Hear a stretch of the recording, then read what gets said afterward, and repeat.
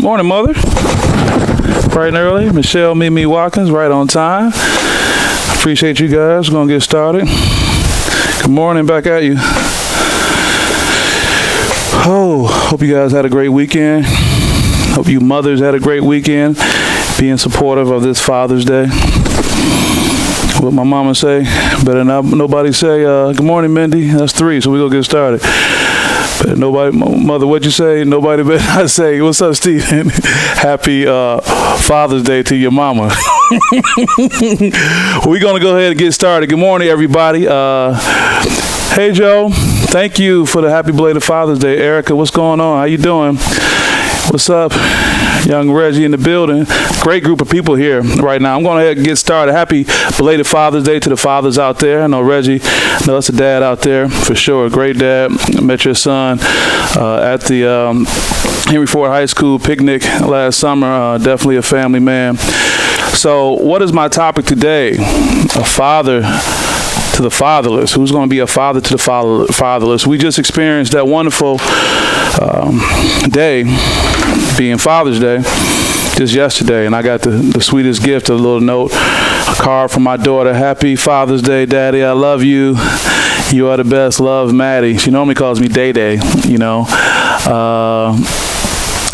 Ready for modification.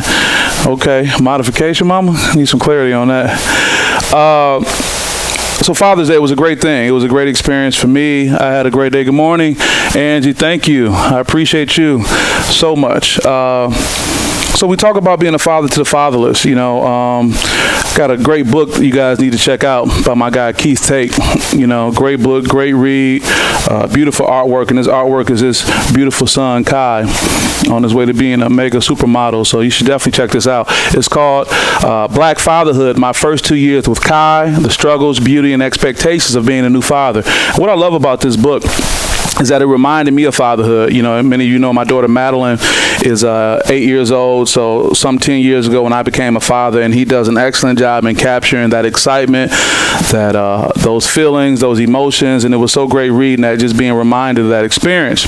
And Keith is a good dude, no doubt. Check him out. He was down here representing Detroit on Woodward, getting his book out there during the Buy Black experience. A good brother all the way around, great dad, great friend, and his work with me has inspired me to put my book out, and it'll be out a week from today on my birthday.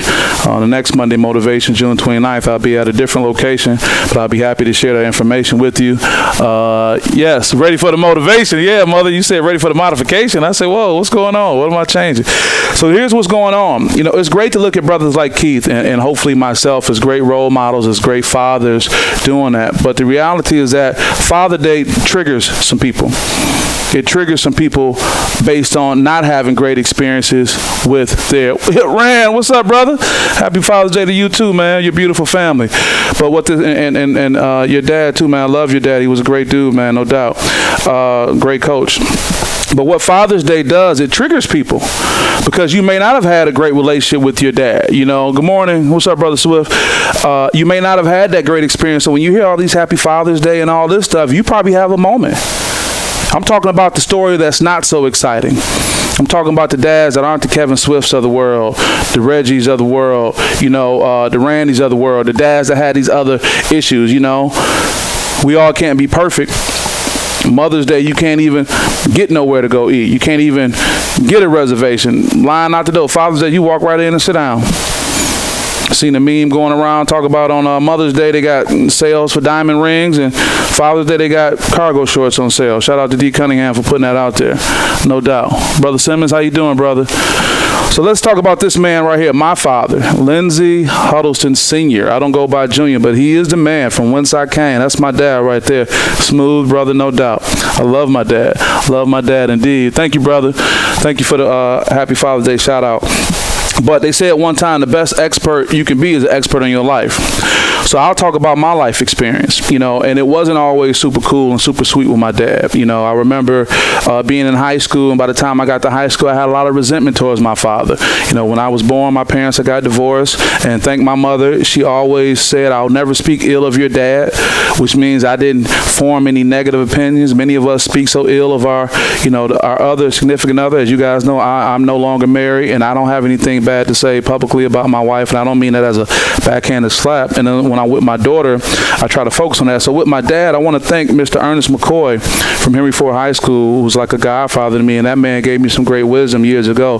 He said, one of you, what's up, brother boy? Happy Father's Day, belated Father's Day. One of you is going to have to be the bigger man, and more than likely it's going to have to be me, because I'm younger and less set in my ways. And that made sense to me.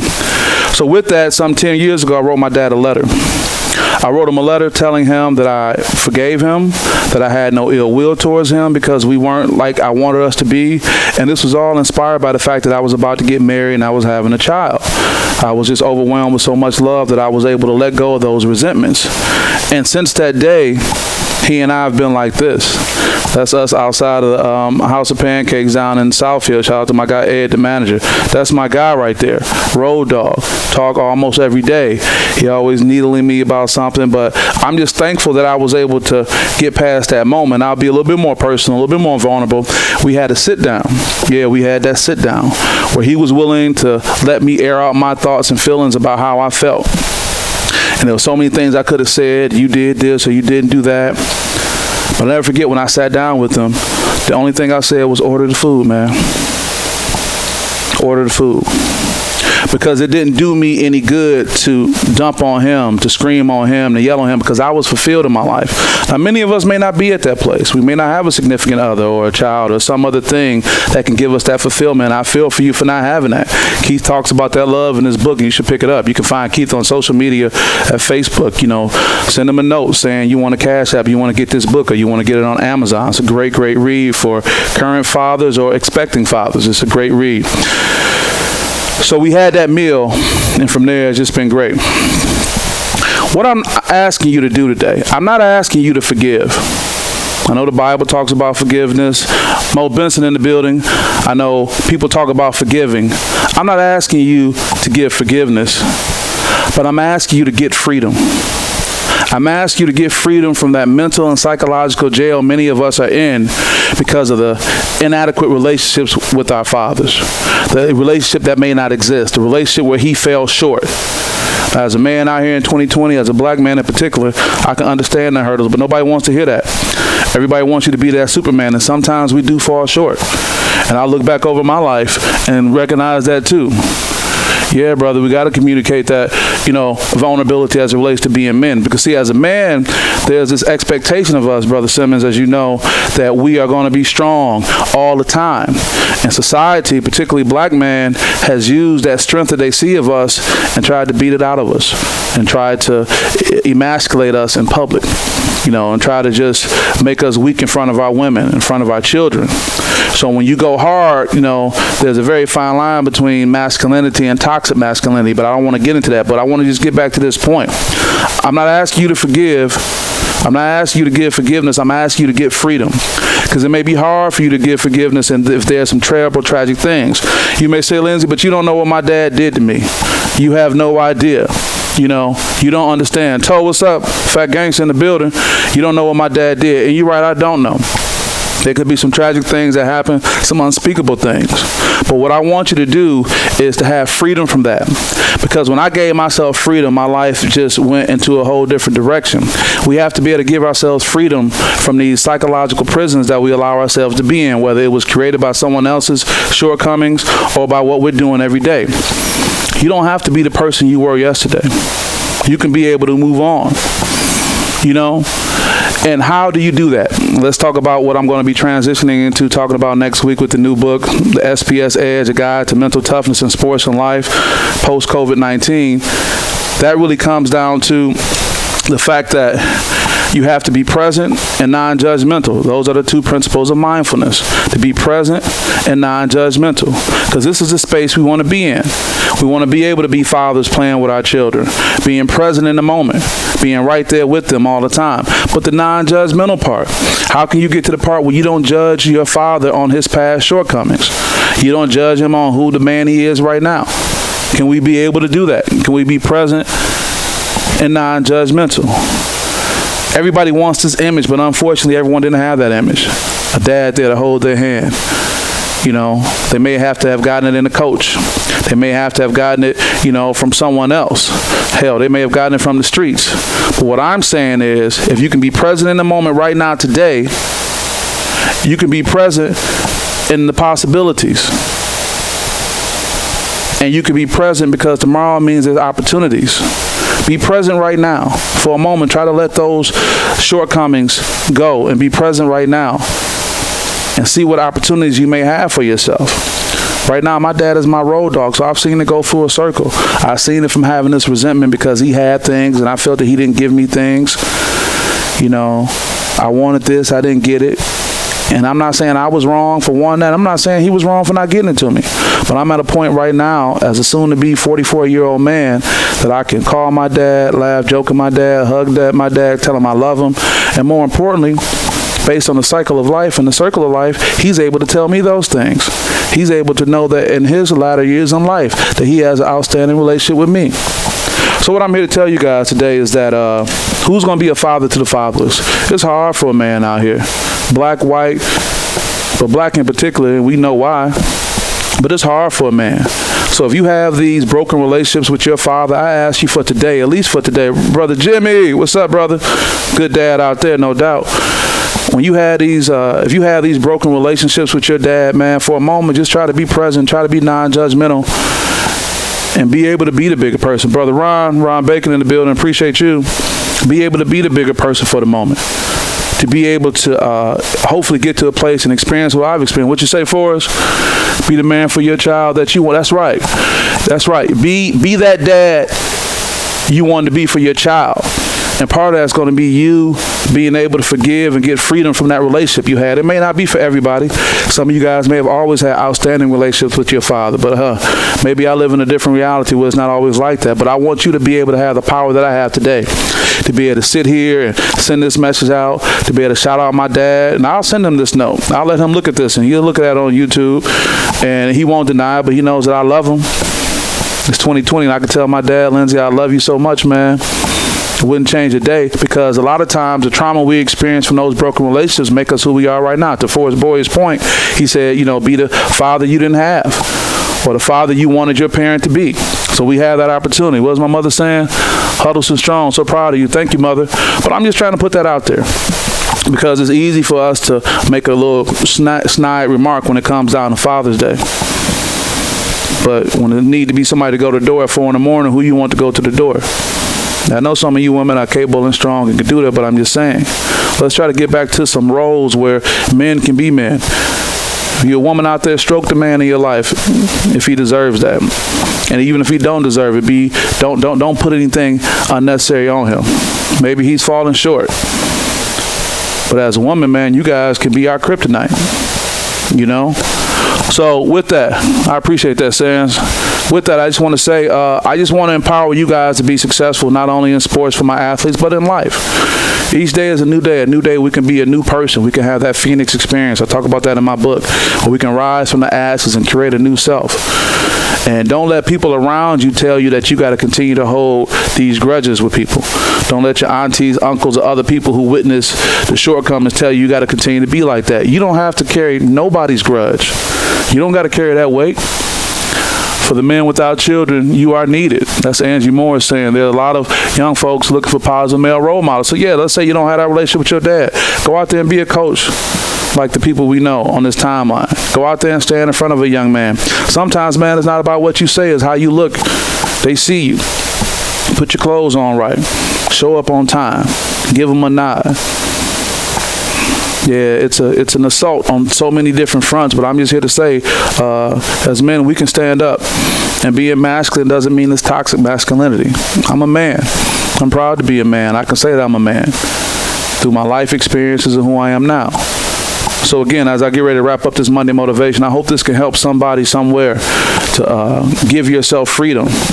You may not be able to give forgiveness, but you can give yourself freedom to not be locked in that psychological cage you've been in for so long. And if the people around you can't accept that, if the people around you were so impacted by what's going on, that's right, be a mentor, Angie Morris says. If they were so negatively impacted by your experience, some people more messed up off the experience than you.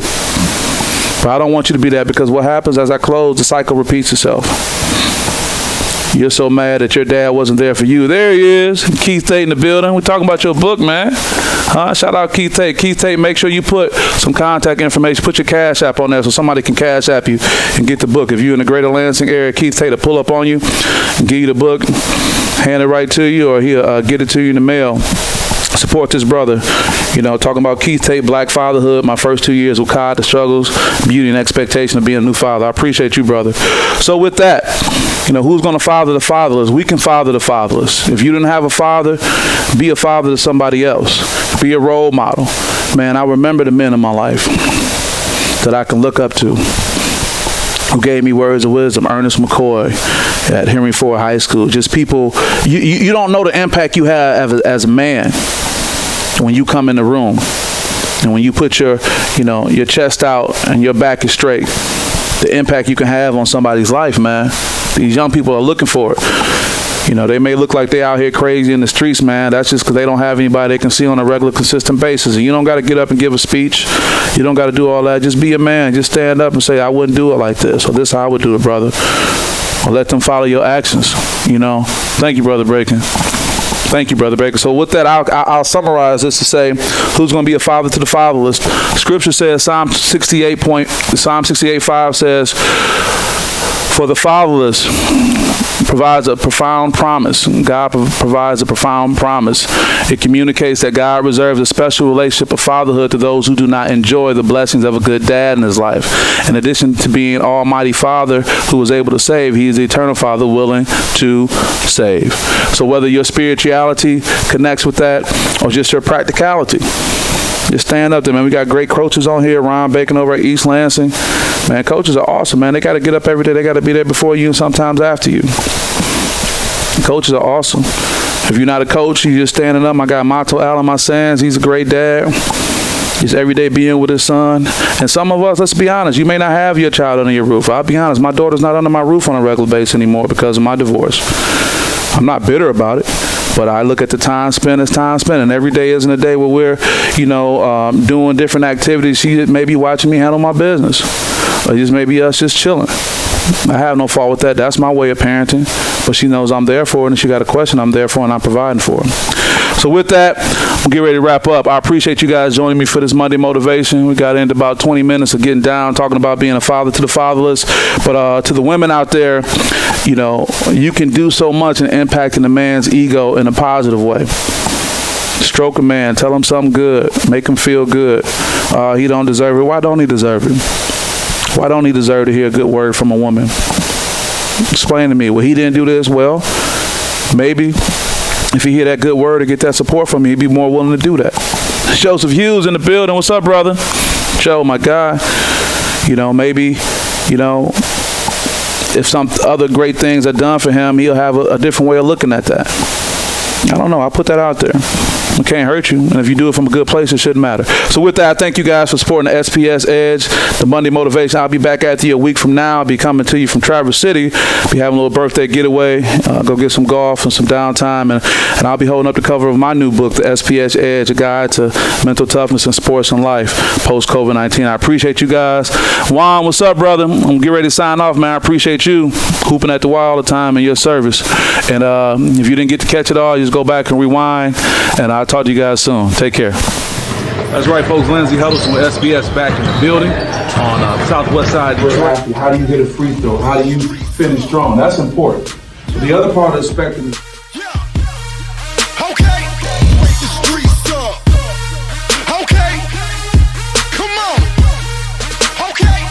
always packed, always loud, always crazy. So it's a tough place to play in. You gotta go in there with my. So I'll be in there tomorrow. That's really my motivation. Is I want to be like Gabe Brown. Gabe Brown shoots like